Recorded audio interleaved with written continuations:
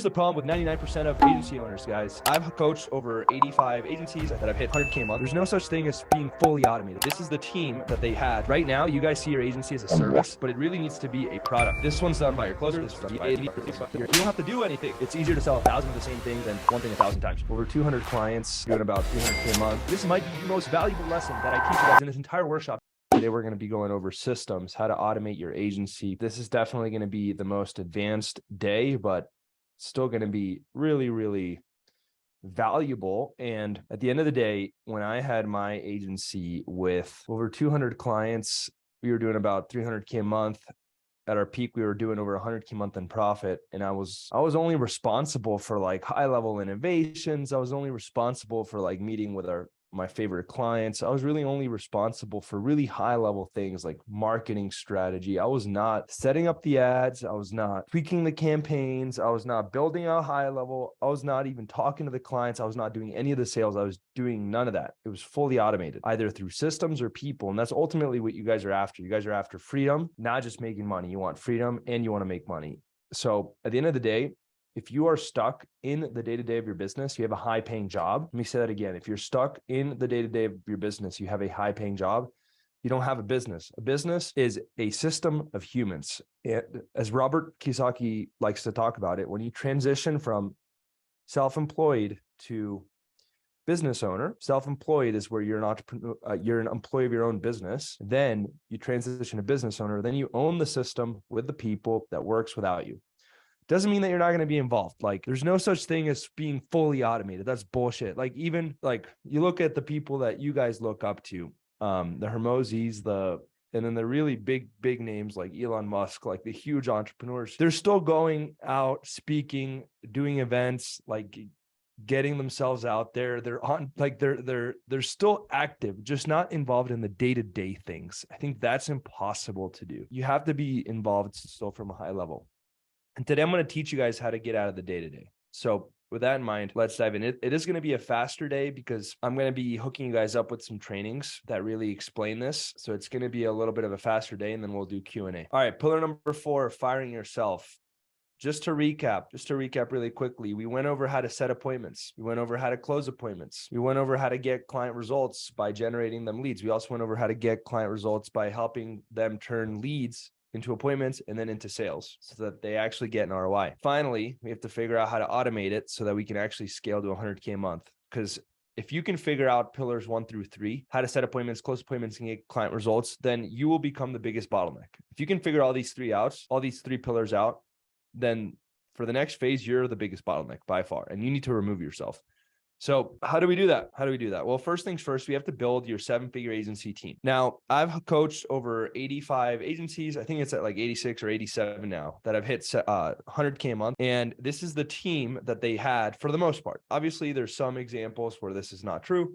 There's some examples where it's a little bit different. For the most part, 9 times out of 10, this is the team. You have a VA that's in charge of fulfillment. You have a VA and it's really more like 1 to 2 VAs. VAs in charge of fulfillment. You have 1 to 2 VAs in charge of prospecting. You have 1 to 2 VAs in charge of admin work. You have someone that does closing, sales. You have someone that does account management. You have a media buyer. And then if you don't have a business partner, you'll probably need a COO or an ops manager, someone to handle all the projects, operations, etc. You could probably get away without it if you want, but for you to be able to not have to show up, you're going to need a COO or ops manager. So to get to 100K a month, this is the team right here. If you want to scale after that, pretty simple to scale an agency team, at least to like 300K a month. After that, all you're going to do is double up on closers, double up on account managers, double up on media buyers, and then maybe get some VAs as you see fit. This is the team that you need to build. If you want to fire yourself, everyone wants like automations and systems, and I'll show you guys how to do that. And I'm going to even hook you guys up with my entire SOP masterclass, and I'm going to hook you guys up with my entire onboarding masterclass, which shows you how to automate the onboarding process step by step and actually shows you how to do it. Be way too much for me to do it all over again today. It's already pre-recorded, so it would literally be dumb for me to just do it again. I'd rather and it's technical. It's like, I'd rather you guys just see the video. It's already perfect, good to go. It's helped hundreds of agencies automate their onboarding and automate their systems. But aside from the systems, here's what you need to build a 7-figure agency team. Now, everyone's like, Joel, where do I start? I always say, always start with VAs. Always. This should be my first hires ever. First hires ever were VAs. I think if you have any budget to hire, I would hire one for each. A VA that's going to be in charge of helping me set up all the client accounts, high level, Facebook ads, TikTok ads for the client. That's fulfillment. A VA that's in charge of prospecting. Do you want to know how you guarantee that you send 50 DMs a day? You don't send 50 DMs a day. You get someone else to do it. That's how you guarantee that it gets done. As the CEO, you're always going to be too busy. Things are always going to come up and you're always going to drop the ball with being consistent with the little things like sending 50 DMs a day.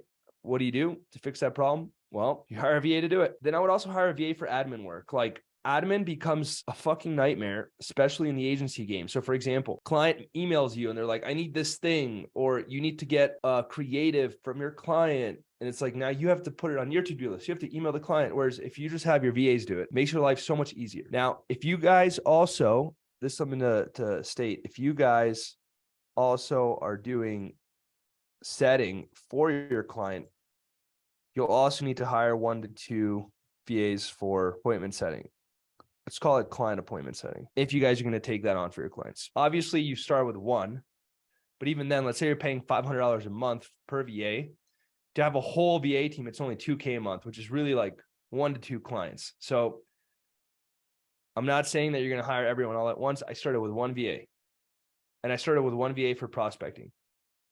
So first I hired a VA for prospecting. Then I hired a VA for fulfillment. Then I hired a VA for admin. After that, now keep in mind, I had a business partner, but after that, my business partner and VAs, we got to about 30K a month. Just me. But keep in mind, my business partner was talented. So like, it's not like we had 2 A players. So we had four VAs, or like 3 VAs, me, my business partner, we got to like 30K a month. Then after that, we hired an account manager and a closer. Okay. We hired an account manager and a closer. That took us to about 65K a month. We hired an account manager and a closer after that. So first VAs, then sales manager and account manager. And keep in mind, if you don't have a business partner, you're doing 30K a month, you're going to need to, if you don't have a business partner that you're splitting 50% equity with, you have room to hire more aggressively. Now, let's see, what was I going to say? After that, 65K a month, at that point, I realized, holy fuck, I'm doing so much. I was the media buyer. I was the one tweaking the campaigns. I was the one like building everything out. It became a shit show and we became stuck, especially me. I was stuck in the day-to-day. That's when I came up with systems. That's when I came up with the SOPs. And then I hired a media buyer. I hired a media buyer to handle all the accounts. After that, we scaled to 250K a month. I added a second account manager and a second salesperson and a second media buyer and some VAs, and that's it, to 250K a month. Like, it really was that simple. So this alone got us to about 65K a month with me being the media buyer. And yes, I had a business partner. Once we hired the media buyer and got one more salesperson, one more account manager, we really scaled all the way up to like 250K a month, 300K a month. So if you want to automate your agency, you're going to need to set up what I call the assembly line. The assembly line. This is the process A to Z of your agency. Now, this assumes that you're in one niche, one service, one offer. Otherwise, it won't work. Again, this assumes that you're in one niche, one service, one offer. Otherwise, it won't work. If you have like 4 niches, or if you have one niche with 4 services, or if every time you have, let's say you have one niche, one service, like TikTok ads for Kairos, but every time you sell something, it's different. It's not, this just not going to work. You need to have one niche, one service, one offer for you to be able to create an assembly line. Do you guys know what an assembly line is? Assembly line is like a big factory. So a big factory, the way that it works is, first, let's say that we're actually producing, see this shoe? First, when this is getting made, maybe they make the laces, separate machine. Then they make this right here, the black part. Then they add in these stitches. Then they manufacture this bottom part separately. Then they manufacture this part separately. Then they glue it all together.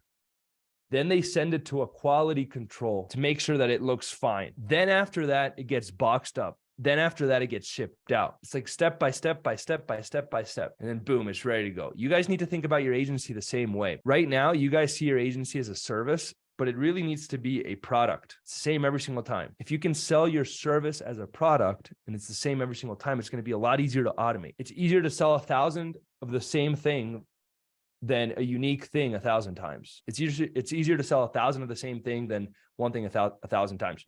This is also why people perceive services to be more valuable, right? Because it's It feels customized. It feels unique. It feels like they're buying something that's unique for them. But at the end of the day, you guys have to create a productized service, turning your service into a product. And then after that, we're going to build the assembly line. Now, again, guys, I know this is pretty advanced. I'm going to show you what I mean in a second.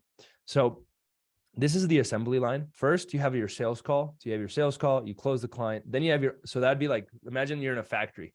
That's part one. That's the laces. Part two is the soul. That'd be the onboarding call. So you close the client, boom, you set up an onboarding call. Then your VA does the tech onboarding, which again, I'm going to give you guys a video showing you guys everything. Then the next VA does campaign creation. The VA builds out all of the campaigns. Then you have someone else, or maybe the same VA is in charge of reviewing everything step by step. Then after that, you have someone in charge of launching the campaign. Then after that, you have someone in charge of optimizing the campaign and tweaking it, making sure it's improving over time. And then you have someone in charge of checking in with the clients. That's the assembly line of agency A to Z. If I had to really boil it down, think about it like a huge machine that you're putting a shoe through.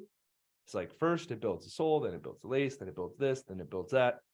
First the sales call, boom. Then you close the client, you have your onboarding call, boom. Then your VA does the tech onboarding, boom. And it should be more like this. This is actually a mistake. So let me just clarify it. It should be first you close the client, then your VA does all the tech setup, adding the client to Slack, adding the client to whatever you guys have set up. Then someone creates the campaign. Then someone reviews the campaign. Then you have the launch call, which I gave you guys the slides for last week.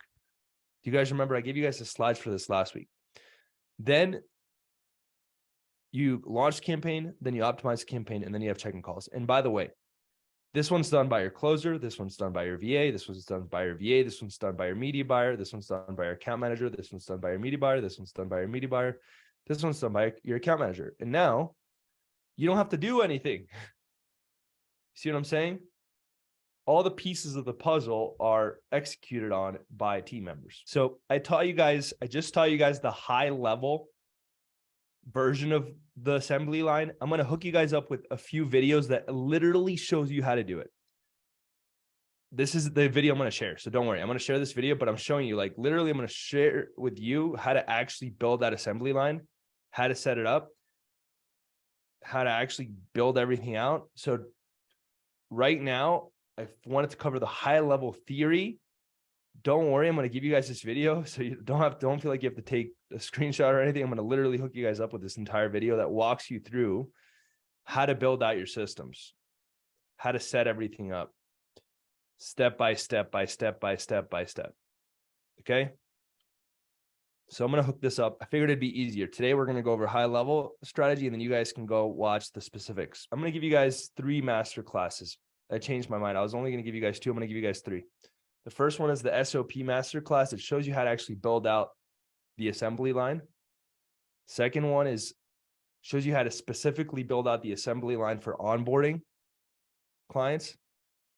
The third one actually walks you through my entire agency process, the entire agency process, A to Z. Like literally step by step by step by step by step by step by step. So you guys can see the full assembly line in action. Today is still high level, but like that would be like a 5-hour workshop in and of itself, the systems one. So I'm going to just hook you guys up. All right. So you set up the assembly line. Part 3. Then you have to build out your agency SOPs. SOP stands for standard operating procedure. So essentially, what this means is, let's say that you build out a Facebook ad. Every single time, it looks the same for the most part. So you have a process in place already. And it's like, this is the standard for how the process works. That's called an SOP. And what happens is, every part of your agency has an SOP. Sending out cold emails, that has an SOP. It has a standard process. For the most part, it looks the same. Finding accounts to DM on Instagram, that's a process. Onboarding a client, that's a process. You guys essentially want to build out SOPs for your entire agency. You guys want to build out SOPs for everything in your agency. Now, let me show you guys what this looks like. Let me pull this up. Now, if you guys want to get started building SOPs, again, I'm going to give you guys the entire SOP masterclass. And I know I've said it like 7 times now, but the way that I started building out systems for my agency is this. I would actually record an entire process. So like this is back when I was working with dentists and chiropractors. And this is an entire campaign setup. And what I would actually do is I would actually show them. I would actually record myself building out an entire campaign start to finish. I would record the entire process. Then what I would do is I would chop up the videos where I would actually just stop recording after a big section was done. Then I would start recording again. Then I would stop recording after a big section. Then I would start recording again. And then I would put it into a Google folder, Google Drive folder, and give this to my team members to watch. Now they learn how to actually build everything out. And if I ever need to replace one of the sections, I can. So if I change my mind and now we're using high level instead of ClickFunnels, I just refilm that section for high level. And all this does is it really shows you how to start a campaign, how to set up the client, how to build call rail, how to add random assets to the client folder, how to build the funnel, how to do the email follow-up, how to do the text follow-up. So like what I did is if you guys are trying to build out an SOP, and again, 8th time I say this, the SOP masterclass will go deeper, but if you guys are just trying to get started, what I need you guys to do to start building out your systems is recording everything. Just start recording yourself doing everything and then just break it down into chunks if it's too big. Like if it's a 10-minute video on how to find people on Instagram to DM, fine, that's one piece. But if you're doing an entire Instagram DM masterclass for your team, step by step, maybe divide it into 5 sections: finding people on IG, sending the DM, follow-up, tracking. Record the entire thing, break it up into videos, put it into a Google Drive folder, boom. Now you've got a system for Instagram DMs that you could then send to your VA, tell them to watch the video and execute on it. That's how you build systems, guys. So you guys need to build SOPs for everything in your agency. Your onboarding, creating the campaigns, reviewing campaigns, launching the campaigns, tweaking the campaigns for your clients, cold email SOP, IGDM SOP, like really everything, literally like everything that happens in your agency needs to have an SOP. And if you guys don't want to build something advanced, you could start with something as simple as this. Cool. I don't know why that's there. And then last but not least, the final part to automating your agency. Final part to automating your agency is building out your tech stack. We manage all of our clients in Monday.com. That's what we use for managing all of our clients from like a high level. It's our client dashboard. For client communications, we use Discord for now with Agency Lab, but in the past I used Freshdesk, which was an email management because my clients liked email. So I know a lot of people like Slack. You have to figure out which client communication platform you want, but you need to have that set up. You guys need to have a project management platform. I like Asana. I do like ClickUp too. I like Asana and ClickUp. I think Asana, a lot of the videos where I teach are based on Asana, so definitely go check that out. And then automations, we use Zapier, we use Make. I don't know why Go High Level is in there.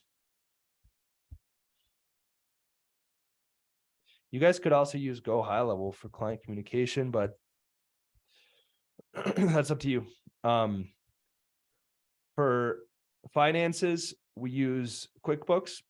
For CRM, you guys can use Go High Level or Close. For follow-up, we use Go High Level. For internal communications, we use Slack. And then we use Google Calendar and Zoom. So that's our tech stack.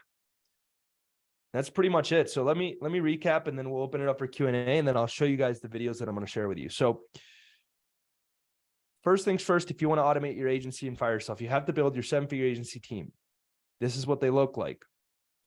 Start with VAs, then add sales manager and account manager and media buyer. If you have a business partner, you can take your time with these 3. If you don't have a business partner, you have to hire more aggressively and more quickly. Then you need to build your assembly line. So essentially, if you have one niche, one service, one offer, it's going to work. Otherwise, it won't. I'm going to give you guys a video for homework. It's called Proven Agency Process A to Z. It's going to break this down in a lot more detail. So I'm going to hook you guys up with that. Breaks down my entire assembly line from a way more detail. But from a very high level, this is the assembly line. First, the client starts with a sales call. Well, you close the client. Then after the client closes, you onboard the client with like all the tech stuff. Then you create their campaign. Then you review their campaign. What happened on the onboarding call? Oh, yeah. Then you have the launch call. Then after you meet with the client for the launch call, you launch their campaign, then you optimize their campaign, and then you do check-in calls. And by the way, guys, I already gave you all the launch call presentation and the check-in call scripts on the last training. So you already have those. Then step 3, you guys need to build out all of your agency SOPs. Literally, you need to build an SOP just like this for everything in your agency. You need to record a how-to video, essentially, then break it up into sections if it's too long. That way, if you change your mind on how to find Instagram accounts to DM, for example, you can just refilm that portion of the video. You need to build SOPs for literally everything, and then you're going to give those SOP videos to your VAs or to your team members to execute on.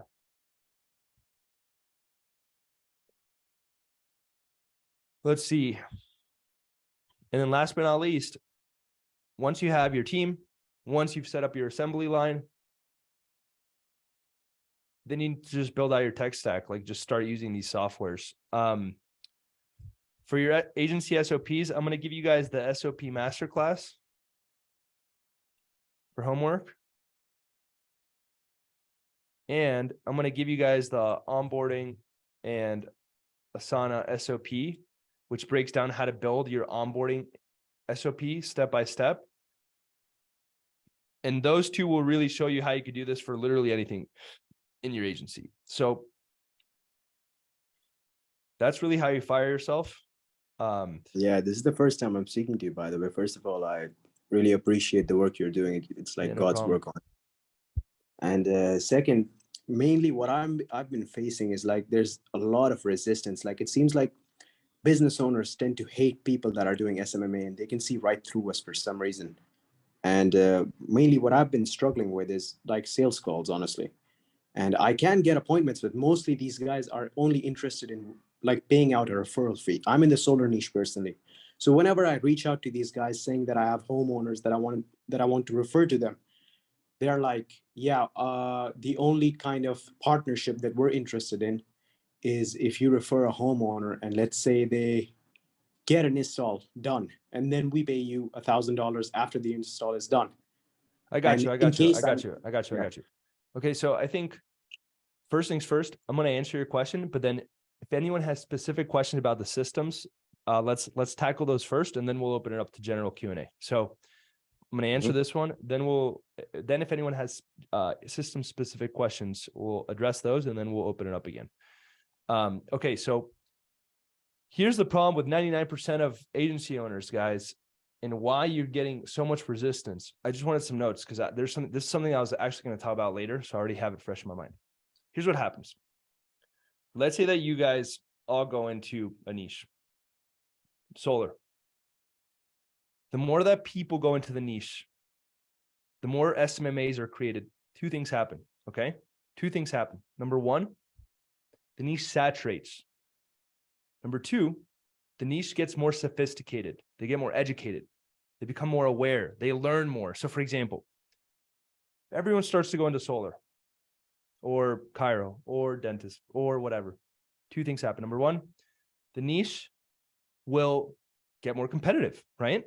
There's more people. There's more options. They become more solution aware. They go from, there's different stages. So like, for example, before there was many solutions, they were just problem aware. They were like, oh, I have a problem. I need more appointments. I need more whatever. What are my solutions? Now, when more and more people come, become saturated, become more solution aware.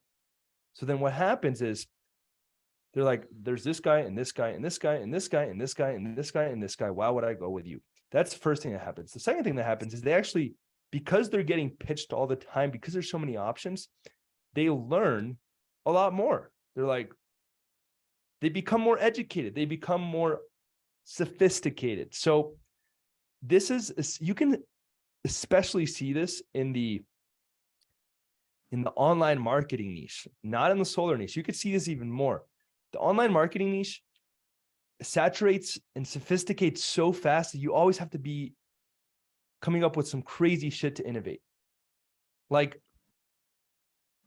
I know Armin is doing some crazy shit. I'm not going to tell you guys what it is, but I know he's doing some crazy shit with ChatGPT to innovate, because he's like, if I just send out the regular script or whatever, it's not going to work. So like, what happens is when everyone starts competing, the water gets really bloody. So it becomes saturated. But then the second thing that happens, like I said, is that everyone becomes more educated. They're like, wow, I've already tried Facebook ads. I've already tried TikTok ads. So the more that happens, the more it's important for you to find ways to innovate. That's ultimately what entrepreneurship is all about. I was just listening to a video from Peter Thiel. Peter Thiel was the guy who founded PayPal. He's also the guy who owns Palantir, who sells to the government. He's like, I think he was one of the first 5 investors in Facebook. Like the guy has, pretty sure he's a billionaire. Yeah, Peter Thiel net worth. Yeah, $4 billion net worth. So I was listening to one of his videos and he says, you never want to be the second restaurant. You never want to be the second, he said it even more aggressively. You don't want to be the 38th Indian restaurant in X city. You don't want to be the 10th sushi restaurant in Miami. You don't want to be you get the point. You don't want to just be the next guy or the next girl that does the same fucking shit that everyone is doing. And in competitive niches, this matters even more because it saturates very, very quickly. So really what I'm trying to say is, how can you become the first agency that does X or Y in solar? That's what you have to figure out. How can you become the first solar agency that does this thing in your niche? That's the game you have to play. That's how I won with Atlas Digital. That's how I win today with my coaching program. Your only other option to win is to build a brand, and that takes years. Yeah. You're not going to get 10K a month in 30 days by building a brand. Like it takes years. It takes time. Brand is built through having a really good product, having a lot of referrals, a lot of word of mouth, a lot of results, and putting yourself out there through organic content day in and day out without seeing results for a long time. So that's one way to not have to play the be first. Like, for example, everyone knows like Nobu, the restaurant. They're just the sushi restaurant. Or not everyone, but a lot of people, it's a very famous sushi restaurant. You don't have to be, they're not competing against every other sushi restaurant. They're in their own category because they have such a strong brand. But if that's not the case, what happens is you need to figure out how to be first in solar. So for example, when I was running Atlas Digital, I was the first agency to guarantee leads for chiropractors. I was the first person to have a guarantee for chiropractors. I'm not telling you to have, I'm not saying you have to go build some fucking crazy software that's going to revolutionize solar forever. I'm not saying that you have to do that. You just have to be the first to do something in your niche. You have to be the first to do TikTok ads for solar. You know how long I was yelling at my students to do TikTok ads and no one was doing it. No one was doing it. No one was doing it. I literally went out of pocket and spent $10,000 of my own money to test out TikTok ads for my students so that they could be the first to say, hey, we offer TikTok ads for their niche, because I knew how important that was. And that's how I created a bunch of 7-figure agency owners very quickly within a short amount of time. It happens in these bursts. of me innovating on behalf of the student. So I know this is a really big rant, but I think it's one of the most important lessons that I could teach literally everyone. At the end of the day, business, and especially entrepreneurship, like it comes down to innovating, not copying and pasting. Like you don't want to be the 17th fucking solar agency that does the same shit. You've already lost. You want to be the first. SMMA is not dead. It's just SMMA, how a lot of people do it is dead. You're going to get faced with objection after objection after objection. I've already seen this. I've already tried this. And the only way for you to win and beat those objections, if you are in fact offering the same shit, is to have a stronger brand. Yeah, well, I know you've tried Facebook ads already. I know you've been burned already, but check out all of our client results. Check out our track record. We've been doing this for 7 years. If you have a strong brand, then fine, you could be the 17th agency to do it. But if you don't have a strong brand, you have to come up with something new. And here's what happens. This is I've seen this now so many times. I've coached so many agency owners. I just see it happen over and over and over and over again. You guys know Tony Lee, because I've done a bunch of content with him. He's talented and he works hard. You need to have those. You need to have talent. You need to work hard. If you don't have either of those, even if you innovate, it's gonna be hard. You need to have talent. You need to work hard. He had those in place, but you know what he did? He went into a niche that was untapped. So his innovation, he was like, I'm going to be the first person or one of the first few to go into this niche because no one else is doing it. So the idea is, but then what happens is you grab a big market share and then all people start catching up. They start catching up and then they copy and paste their way in and then it stops working as much. So you guys need to constantly be asking yourself, how can we be the first person to do this in my niche? It could be about how you get clients. It could be how you get them client results. So for example, you could say, you know what? Everyone is selling TikTok ads. I'm going to do VA placement for solar companies. No one's doing that. I haven't seen that ad before. I've seen literally, if I go on Facebook, I will probably see 3 agency ads today for solar. 3, at least. I have not seen 1 for VAs for solar. That's an example. Let me see. Instead of everyone runs Facebook ads, does IGDMs to get solar companies as clients. What if, let me think of a different strategy. Who do solar companies need? Homeowners. No. Hold on. They need realtors talk to homeowners all day long. Realtors.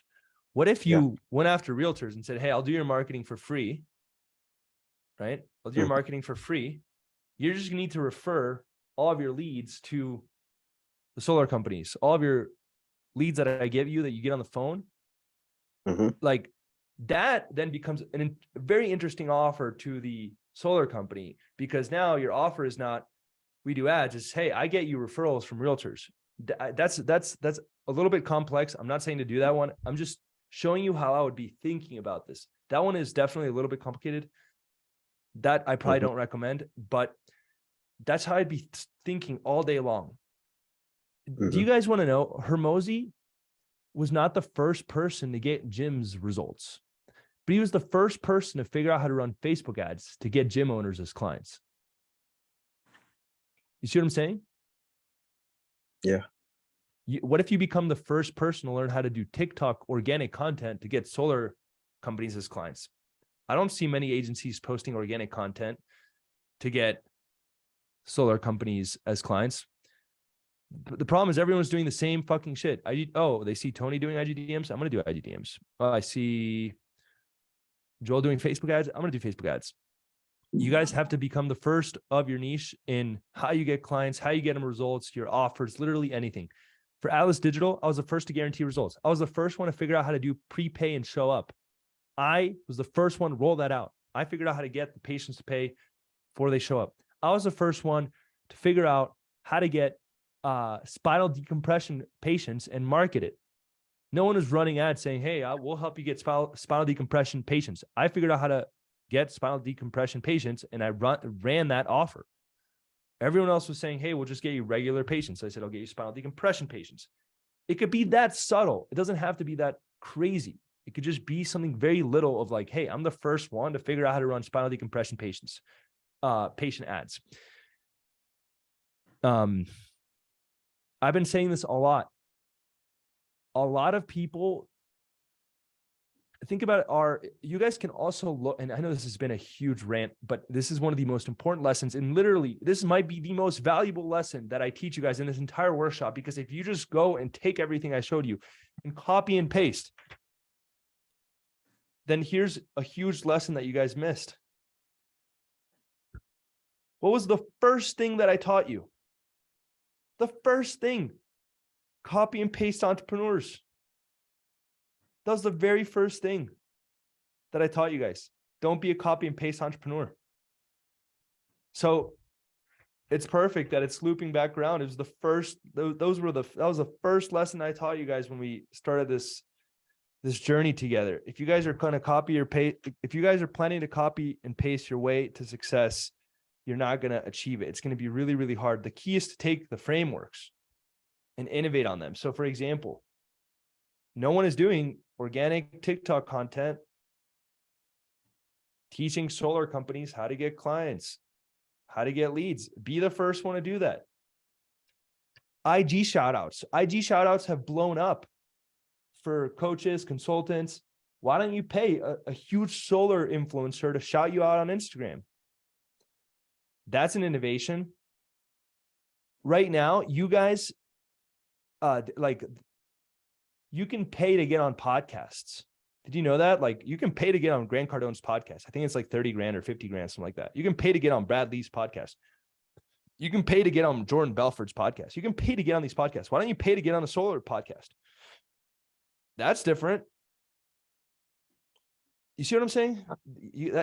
That's how you gotta, that's how you're gonna deal with them not hating you. As soon as you say, oh yeah, this is what makes us different, actually, whether it's in how they found you, whether it's how your offer is, whether it's how you get them results, it's going to make a huge difference. I promise you. Well, that's something I'll need to think very long and hard about. Yeah, but look, they're both hard. You dealing with objection after objection after objection and trying to make it through the noise when you are part of the noise is hard. You thinking long and hard about how to innovate is also hard. And I already gave you like 7 ideas. Like, it doesn't have to be anything crazy. Yeah, that's true. That's true. I did try getting on a podcast. The guy literally, he didn't hold his word. Like, he just wasted 30 minutes of my time. He was like, okay, just do some free work for me. I was like, okay, sure thing. I'll do some free work for you. Right, well, as I can. Dude, I've had, that's one example that happened one time. I'm not going to name names. There's a partnership that I invested $60,000 into. It didn't work. I lost every single dollar. Like, sometimes you're going to take an L. And I was extremely confident it was going to work. It wasn't crypto. It wasn't anything like that. It was a partnership for an info product. It didn't work. Like, you keep moving, you know, like, one person is not going to determine whether or not I succeed. One of the things that I've always told myself is I'm never going to rely on another person to determine my own success. So, like, cool. You don't want to do a collaboration with me? No worries. Move on. Next. I think, like, if you guys can figure this part out, how to innovate, it's just as hard as how to be the 17th fucking solar agency. They're both hard. Yeah. You see what I'm saying? Like, you're just choosing the wrong heart. Yeah, honestly, God, I've been trying this for 3 months. Like, I've been on maybe 60 sales calls so far with solar reps.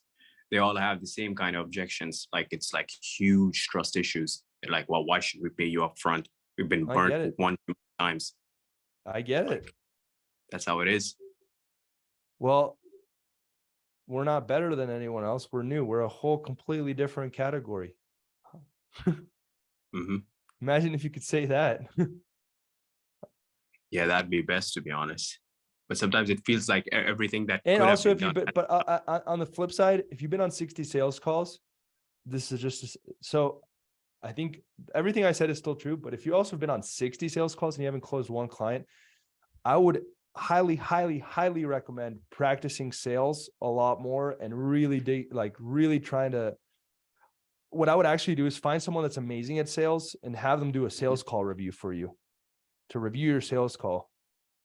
That seems to be another issue, because if you've done 60 calls, you can't close one client. I think something might be off in your sales process. Yeah, there is. I'm working on it. It's basically tonality and authority. Just let these guys push me around way too much. I would still do sales call review with someone that, if you can get a friend, get someone that's crushing it with sales to just review your sales call. That'd be great. Yeah, I have many. They do help me out, and I'm working on it. Okay, how old are you? I'm 20. Okay, it also takes time. Like I started my agency when I was 24. By the time I was 24, I had been doing sales and marketing for 6 years since I was 18. So of course I had 10K a month within like the first month, but I also had 6 years of experience. I literally, my job was selling to superintendents and principals of schools. Then I started selling to chiropractors. I'm like, this is easy. Oh, I guess you had been playing the game of sales on veteran difficulty this entire time. And it's like, it takes time, guys. Everyone's like, the problem, the dark side of SMMA is that it takes longer. This is one of the things that I shared at the very beginning too. Like, it takes longer than you might realize. Like, I ran my first Google ad when I was 18. Like, I had literally logged into the AdWords platform when I was 18. So it's like, by the time I started talking to chiros at 24, 6 years later, like, it wasn't new to me. You guys are having to learn so many things, so many aspects, mindset, skills, identity. Like, there's just so much that needs to click. That's why I say 0 to 1 is the hardest, you know? So, man, that was a long answer, but hopefully it was valuable. I still think that being different always beats being better, unless you have a brand. I'll say that again. Yeah. Being different or being new always beats being better, unless you have a brand. That's the only exception. Yeah, totally agree. No doubt about that. Thanks, by the way. I really appreciate your well thought out answer. Yeah, try it out. Be like, hey, try this out. Instead of offering solar reps ads, offer them, hey, we'll place you a VA that is trained to run all of your ads. They're trained to manage your CRM, follow up with your leads, and take admin tasks off your plate. Just try it out. See you could even, I mean, like, I'm just curious what would happen. I think you're going to get way less resistance, but then, you know what I'm saying? I see. I'll say one more thing. Everyone should be rolling out some sort of new innovation at least once every 90 days that they're testing out. And it doesn't have to be your service. It could be like, okay, well, maybe our service now is VAs. That's innovative. Now let's change up how we, like, for example, do you know any marketing agencies that are going to D2D con, door-to-door con for solar? I don't think so. There's going to be a few, but it's way less than all the agencies doing IGDMs. So, like, why don't you go to the door-to-door con where you could literally meet all the solar reps, shake their hand, get to know them. Like, that's just an example. I'm not saying you have to do that. That's how I'd be thinking about it. I didn't know of any other agency going to events and setting up booths for chiropractors. We went to the biggest chiropractor conference in the world, Parker Seminars, and we set up a giant booth. We closed 27 clients in a weekend.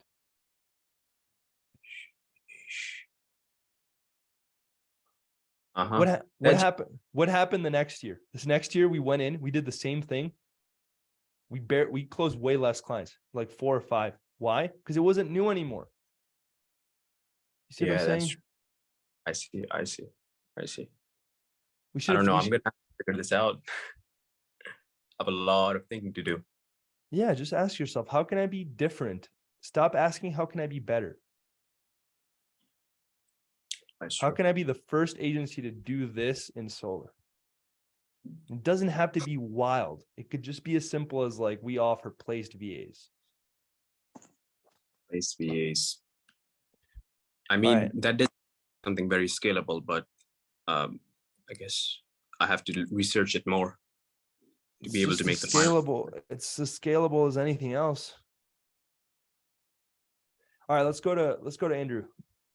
Andrew, Jonas, and then I'm gonna have to go actually because we went way too long on that question. But Hey, hello, can you hear me? yep. Thanks, Joel. So a few questions about the SOPs and the processes, and then one follow-up to what you were just talking about. My question was just like when to build the SOPs in terms of like how to hire, or should you ever hire someone to build the SOPs for you? And do you have to be an expert in that, whatever you're building the SOPs for, before you start building it? And if you have like a VA, great question. Let me just go one by one. Wait, so what was the last one? If you have a VA? the last one would just be if I have like a VA, for example, doing outreach and is doing well in outreach, how can I get them to build an SOP for other VAs, or would that be, or should I even do something like that? You should absolutely do something like that. You're literally thinking like a CEO. That's awesome. That's how you need to be thinking about it. You're asking yourself, how can I get other people to build the SOPs? I think it's going to be a little bit of both. Like some of the things you're going to have to build because they're in your head. Yeah. Some of the things, if your VA is crushing it with IGDMs, for example, what I would do is say to her or him, I would actually give them the SOP masterclass that I'm going to share with you guys and be like, hey, I need you to build this out and record a video breaking down your process. That way we could give it to any other VA that comes in. Does that make sense? Yeah. So that makes sense. as far as like what to build out, I would build out SOPs for any repetitive tasks that you know will happen the same way every single time. Do you have any of those type of tasks? Yeah, I guess it would be the process for Facebook ads, the outreach. Whatever's the same every time. If you're still trying to figure it out, you don't really want to build an SOP for it. Right. If it's still like, or maybe like you want to build an SOP for part of it. So for example, if you haven't figured out how to actually do the right cold email script, build out an SOP for scraping the leads, setting up all the emails ready to be sent out. But then the actual script, don't build an SOP for that because don't tell them which script to use yet because you're still figuring it out. Make sense? Yeah. I noticed that and when then I would start as early as possible, as long as you're building systems for the right things. As long as you're building systems for setting and closing appointments, like I don't want you building systems for getting client results when you don't even have a client. You see what I'm saying? Right. Yeah. I just noticed that when I start recording a video, I have to like keep taking so many cuts. Just mess up, dude. It doesn't matter. Just be like, okay, it does not have to be perfect. Like one of my biggest mistakes was trying to make it perfect. Like if you mess up, if you're like, oh no, actually, let's do this. Oh, actually, that's not what I meant. Even when I was live with you guys, do you remember how sometimes I was like, wait, that's not supposed to go there? And I like reorganized it. I think I moved. Do you remember how I moved this? It was here. Yeah. I was like, oh, wait, no, that's not supposed to go there. You just record like that and you just fix it on the spot. Oh, cool. You know? And then I had one last follow-up question, just what you were just talking about. What's your advice in terms of finding the sweet spot? You mentioned like 90 days, but how do you battle against the whole niche hopping and constantly switching your offer to trying new things? I don't think you should niche hop. Sorry, let me re-explain the question. Just because you say you want to try new things, right? So you want to make sure that you're the first to do things. And I just want to make sure that I don't use that as an excuse to ditch what I'm currently doing or something like that to just try new things and not stick with it long enough, kind of thing? It depends. Like, it depends. Like, that's a great question. Trying new things doesn't mean trying a new business. That's not what I mean. Trying a new thing is like, okay, well, everyone is doing Instagram DMs now because of the video that Joel posted. Let me do, no, I don't know many agency owners posting content every day. Right. Why don't you post content with a hashtag? Like, for example, everyone started going after auto detailing after Tony did that video. What if you go after auto detailing and you say, I'm going to be the first agency to do TikTok content. And like, I just do a short form video twice a day. And I use all the auto detailing hashtags, ceramic coating, auto detailing, et cetera, et cetera. Don't you think that those people are going to see those types of posts on their feed? Of course. And then number two, there's very little competition because no one else is doing it. So like, that's what I mean by trying a new thing. It's not necessarily like switching your niche. Right. No, I get that. That's really helpful. Thanks. I'll be looking to join your program soon, hopefully. Awesome, man. Yeah. And I think that I'm trying to think of like how to give you a better framework for it. Hormozy had a pretty good video on it too. It's basically like you just kind of ask yourself, does it take me closer to my goal or not? And if it doesn't, then it's probably a distraction. It's over. I would say try one innovation every 3 months. And then that's it. That should be like innovation, like making TikTok content, etc. Example. That's an innovation. Like, do you know of what niche are you in? Right now I'm helping medical spa and a massage therapist. Okay. Do you know how many med spa agencies do you know that are doing IGDMs? 100, 200? All of them? Yeah, a lot. How many do you know that are posting on TikTok every day? None. Okay, there you go. That proves the point. Cool. Thanks. How many do you know that are sending direct mail? Yeah, like none. How many do you know that are walking in the door? I don't know. I'm just thinking different. That's what I was gonna try next. I'm not saying to do that. I'm just giving. I would here if I was you guys, I would just do a fucking brain dump. This is what we would literally do. This. We'd take a whiteboard and we would write down all the crazy shit. No bad ideas. They're just throw out a lot of crazy shit, and then you'll land with a few that you like, and then test one at a time out every 90 days. That's it. Don't overcomplicate it. That was actually really helpful. Thanks, Joel. Yeah, just brain dump. Like, what are all my? This is what like. You guys got to learn here. I want you guys to watch this video for homework. It's so good. I just feel like I get 20 good ideas every single day, and then I just get. No, just do one. This is one of my favorite videos of all time. I watched it a long time ago, but I just rewatched it because it's called Competition is for Losers. And it's by the billionaire that I was telling you guys about. I just dropped it in there. And I think it's smart to play in a proven business model that has already been done, but I think it's smarter to be the first to do something within that business model. This is the hardest. I also tell everyone, this is the hardest thing for me to teach. Because it's like, it hasn't existed. It's like, you know what I'm saying? It's new. Like, that's why it would work more, because there's less competition. So anyways, all right, last question, Jonas, and then I got to run.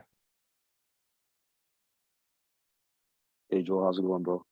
Yo. Yeah, so I had a question about VAs and also like a curious question about like the total price. So, number one, what countries you suggest I hire VAs from? I know Philippines is like a very good one. And also just out of curiosity, like how much did that total, like that whole team and system like cost? It's a good like question. Per month. Let me actually pull it up and I can answer that. Okay, so favorite country for VAs, man, I don't have a favorite. I think that's a really good question. Do I have a favorite? I can tell you where I've had the most success. I've had the most success with VAs from the Philippines. Had the most success with VAs from the Philippines. Yeah, that's probably what I could say. Like, that's where I think I've had the most success in terms of just VAs. But I don't know if there's better or worse. I don't think there's a better or worse. But I think personally, I've just had more success with VAs from the Philippines. I like to pay I start people at 500 a month, and then I work them up to 1,000 a month if they're good. So let's see. VAs 500 a month. Sale closer, we would pay if you're getting them appointments and you're getting them. If you have a proven offer, we pay out 10% up until 1,000. So 10% reoccurring. So for example, if they close a $2,000 deal, they would get $200. They would get paid 10% reoccurring for 5 months. This assumes that we have an offer and appointments for them. If not, we paid out more. Like if they're setting their own appointments and stuff, I'd probably pay more. And I'd probably pay them a base salary. Also, like our average retention rate was about 8 months. So like most of the time, if they closed a client, they were making $1,000 for that client. So with a commission for sales, it really depends on how consistent your offer is closing, how much social proof you have, and if you're getting them appointments. If those 3 things are happening, if you're getting consistent appointments, if you have social proof and you have a proven offer, you can give less commission at less base salary. If you don't have those things, more commission, more base salary. The account manager, we paid like $4,000 a month. Media buyer, this was a hack. I speak fluent Spanish, so we actually got media buyers from South America. They cost me like $2,000 a month, but they like had degrees in marketing, so like they were really, really good. Yeah, and we built out an entire media buyer team. Like that was one of our hacks. That was one of our innovations, right? We were like, okay, how can we be a little bit different? If not, I think you'll be paying like $4,000 a month if you're paying American. So do I hire from like South America? Because I speak Spanish as well. I speak Spanish as well. Yeah, I mean, I think like sales, you need English, native English speaker. Account manager, native English speaker. Like everything else, I would hire. Like a media buyer is a technical role. Like you can get an incredible media buyer that might be even better than an American one for cheaper. You could even maybe pay him $1.5K. So like your ops manager could be Hispanic. Like they're not talking to clients. Also, for like appointment setting VAs for the clients, would I pay them per commission? So like per appointment they close, or should I give them like a little base salary as well? I give all my VAs a base salary. The only people that are 100% commission are closers. Thanks, Joel. I appreciate it. I gotta run. Sorry, but I really gotta dip. I'm gonna be giving you guys 3 bonus videos that really break down everything we talked about in more detail.